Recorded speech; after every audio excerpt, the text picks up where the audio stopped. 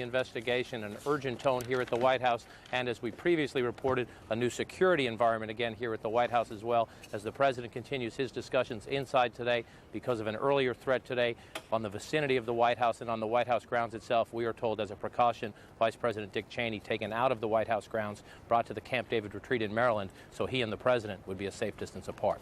Lou. And John, the president remains in the White House tonight. He does indeed. The president here as we speak. That a sign number one that they don't view this threat as credible right now, although just 100 yards away in Lafayette Park, armed Secret Service continue to patrol, and they have blocked off all vehicle traffic on a much broader perimeter than had been the case yesterday. The president in the White House working. We should also note, though, there are very secure facilities beneath the White House grounds should there be a threat on the White House. John, thank you very much. John King from the White House, who will, amongst all the other correspondents as well, of course, here at CNN, be keeping us up to date. We want to return to Alan Chernoff. Alan, the obstacles facing the big board, all of the exchanges and these brokerages to bring Wall Street back fully recovered, at least as recovered as possible by Monday. Huge effort here, and it's not only the stock exchange, all the brokerage firms, of course, the city officials, and as we mentioned, the telecommunications companies, very critical here, as well as Con Edison, the power company, because there was a generator in the basement of number 7 World Trade Center, which also is gone. And Verizon, the principal telephone company working down there. Precisely. Okay. Alan Chernoff, thank you very much. And again, as I said, as we focus on what is happening here in the financial capital, if indeed the world, we will also, as any development warrants, be moving you back to wherever the development takes place to give you the full report. We have some good news tonight. Morgan Stanley, the brokerage house, the World Trade Center's largest tenant, occupying parts of both towers. In fact, 3,700 employees. And we're going to tell you about the remarkable story of the survivors of that in just a moment. We're going to go now back to Washington, D.C. Lieutenant Dan Nichols of the Capitol Police. Into the building to the specific area where the threat was made. The first team went in and conducted a sweep and hit on an area that was a concern. As a precaution, we sent a second team in, and that second team hit also. Based upon 2 dogs hitting on a package, we went ahead and did an immediate evacuation of the Capitol to ensure the public safety and the security of the Congress. Everyone was evacuated out of the building. I'm pleased to say now that we've cleared this. We sent our hazardous devices unit in. They've examined that area thoroughly, and they have not identified anything of a hazardous nature. And we are now getting ready to reoccupy the Capitol building. This event lasted approximately 45 minutes or 50 minutes. And it's now concluded. I was developing some more information. The reason why I was late coming to the briefing is we had just had the information passed on to me that we have cleared that, the bomb team has cleared the package, or cleared the area, and we are now re-entering the Capitol building. Can you tell us what kind of a package it was? Was it a briefcase or a... I'm sorry, I'm not going to get into that specific information. As far as, I'm sorry, I'm not going to give you the location either.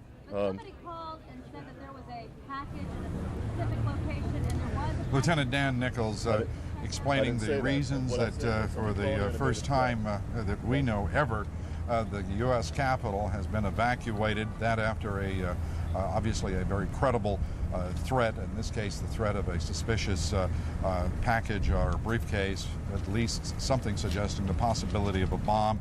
And the Vice President indeed being moved off to Camp David while the President remains at the White House. That evacuation now ended, and staff and, of course, our representatives and senators to return to the Capitol. I was just saying, there is some good news, some almost remarkably, if not miraculous news, that amongst 3,700 employees at the World Trade Center destroyed in the space of less than 2 hours, that all but 40 of those 3,700 people are accounted for. 40 people missing of them. And one of the people who made it out of the World Trade Center in time, Joe McAlinden, who has appeared on this broadcast a number of times, and an old and good friend. And Joe, we're just delighted to see you obviously safe. Tell us what happened. Well, I was having a breakfast meeting on the 66th floor in our dining room when the first plane hit the number 1 building and burst into flames. And so our security man on the floor urged everyone to get out. even though there was no immediate danger from that to the number 2 building, we're worried about the fire spreading. So I got down the elevator with a bunch of colleagues and then walked down most of the way from 44. You took the elevator down? I took an elevator from 66 to 44. At the time, our building was believed to be a no threat. Right, Who knew? At that point. Yeah. Your thoughts, as you reached the ground, you saw at that point the extent of the damage and what was going on? When I first reached the ground, the second plane still hadn't hit. It hit about a minute after I walked out of that elevator. And did you actually see it? I did not see it. I was in the concourse underground, exiting with a bunch of other people. And at that point, it was fairly orderly evacuation going on, and people were viewing it as a freak accident. Well, Morgan Stanley's security there to evacuate all of those people there, I mean, that's truly a remarkable accomplishment. It is, and we were very fortunate. As you know, a lot of other firms and organizations had much larger problems than we have to report so far. Well, the fact that the security people were able to move that quickly, they literally started moving you out of the building. Within seconds. On the floor that I was on, our guard, Roy, got us all into the elevator and down. The most remarkable act you saw there? The one that stood out to me, actually I didn't witness it, Lou, but I just heard about it today. One of our guys carried a woman who was on crutches down from, I think it was the 71st floor, all the way down the stairs. Remarkable. Well, the stories of escape and surviving and heroism. And heroism, outright. Unfortunately, not enough stories of survival as we continue to look for some 4,700 people who are still missing. As you know, the market's set now to reopen Monday. Do you believe, first of all, that they'll be successful in bringing these markets back Monday? I think it's going to be really tough to get the downtown area functioning. I think that the exchange may be trying some new innovative things to actually have securities trading underway on Monday, but I believe they're committed to doing so. We're geared up to open fully on Monday. We've heard a lot of people trying to speculate and predict these markets in this environment, which is in the very best of times, and these are certainly not the best of times, sometimes always problematic.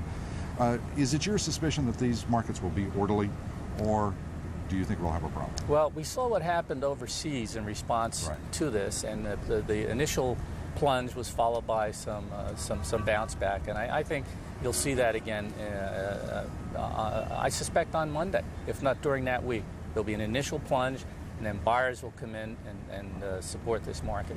Well, Joe McAlinden, thanks for being with us in every sense of the expression. Thank you. Good to be here, Lou. Thank you, Joe. We're going to go now to the New York Stock Exchange, where its chairman, Dick Grasso, he is standing by. Dick, if you can hear me, first of all, good to talk with you tonight. Lou, it's good to be with you. Thank you. I can only imagine the tumult that you and all of the people at the New York Stock Exchange have been going through trying to make this decision. What prompted, what were the 2 or 3 major considerations that prompted the decision to open as early as Monday at 9:30? Well, first and foremost, Lou, let me say that the entirety of my industry, in a joint and unprecedented effort, got together and made certain that when the markets are targeted to resume, that decision and that timing should always be secondary to the human factor, to the wonderful acts that are going on as we speak, Lou, over at that site of the former Twin Towers, that thousands of brave men and women from the fire department and the police department who are putting their lives on the line. The target of 9:30 on Monday, Lou, was a coordinated effort amongst the firms, the markets, with the oversight and support from our government. Now we, again, this evening, have heard that One Liberty Plaza, the headquarters of the NASDAQ, that now looks to be at some risk. We know that a number of structures, Mayor Giuliani has said that a number of those structures down there may not be stable. They seem to be all right now. We know the American Express building, for one, that looks like it may be a difficult issue. How concerned are you about the environment of the New York Exchange itself? Lou, we will not allow anything to happen in the markets, and I speak in the broadest terms, that in any way compromises the safety and security of the wonderful men and women who operate this business. And I say that in the broadest terms, Lou. So we are working in partnership with the mayor and the governor and agencies of the federal government to make certain that no factor of marketplace resumption ever comes before the safety and security of the wonderful men and women who work in this business. Okay. Dick Grasso, I know you've got a lot of work to do. I'll let you get back to it. Thanks for being with us. Thank you, Lou. Thank you, Dick. Well, I want to turn now to our economics correspondent, Kathleen Hays. Kathleen, give us your best judgment as what's happening first in terms of the bond market that reopened today.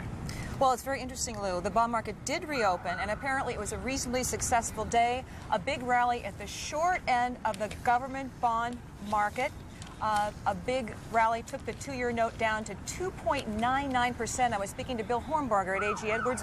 He says he can't remember when a yield on that short-term paper was that low. The long end of the bond market, though, there's a concern now, an expectation that insurance companies are going to have to sell a lot of their bonds to fund their liabilities. That has put a hold on the long end of the bond market and put pressure on the corporate bond market as well in that sector, Lou. Which at least at this point is not trading, and so that pressure is awaiting us.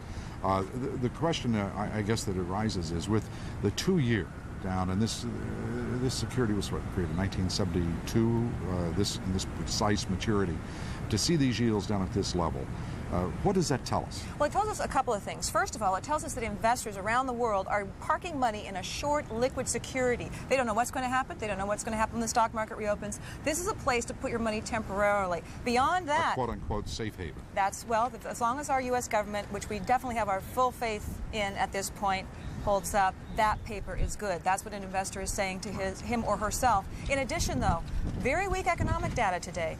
University of Michigan has a very important consumer sentiment survey. It fell sharply even before we had this tragedy happen this week. The survey concluded Monday night, a big drop. That added some steam. But I got to tell you, there's some concern below the surface about how well the Treasury market is actually functioning. I'm hearing from my sources, we have a couple of big clearing banks, Chase and Bank of New York. Bank of New York is about a block from the epicenter of the World Trade Center, and there's some concern about the stability of their computer system. So there is some concern about settlement next week.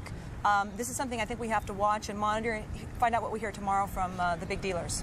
In terms of the trading in the bond market today, relatively light trading, which we expected, but we didn't see any wild moves here. We saw very little speculation in this market. What's that a direct result of? People are saying that there's a concern right now not to be seen as predatory, not to be seen as taking advantage of a difficult, perhaps unstable situation. Okay. Kathleen, thanks. Kathleen Hays. Well, as we mentioned, the airports at New York, those three primary airports in New York, Newark Airport, JFK, and LaGuardia closed by federal authorities. We have just been told that 3 arrests have been made at John F. Kennedy Airport. Those arrests made, we are told, by Justice Department officials, based, and I should say detained rather than arrested, detained based on apparently their names matched a profile that the Justice Department has been screening for. And again, that appears to be the reason for both the closings of the airport and the reason for all of the federal authorities moving into the airports this evening.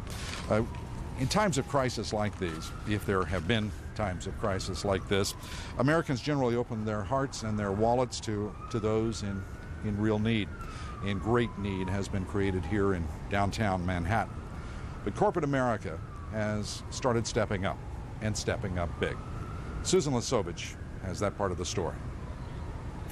Lou, it's one of the most heartening things about reporting this terrible story is that companies seemingly by the minute willing to do anything, offering products, services, and millions of dollars in aid to assist this massive rescue effort taking place. And some of this, by the way, comes with enormous personal loss. Verizon Communications, for instance, lost several technicians working high up in the World Trade Center. Verizon setting up free payphones in Lower Manhattan. AT&T distributing thousands of free cell phones to Red Cross and other relief organizations. Anheuser-Busch donating thousands of cases of drinking water, McDonald's giving free food to rescue workers not only here in New York but Washington and Somerset County, and then millions of dollars of aid. General Electric donating $10 million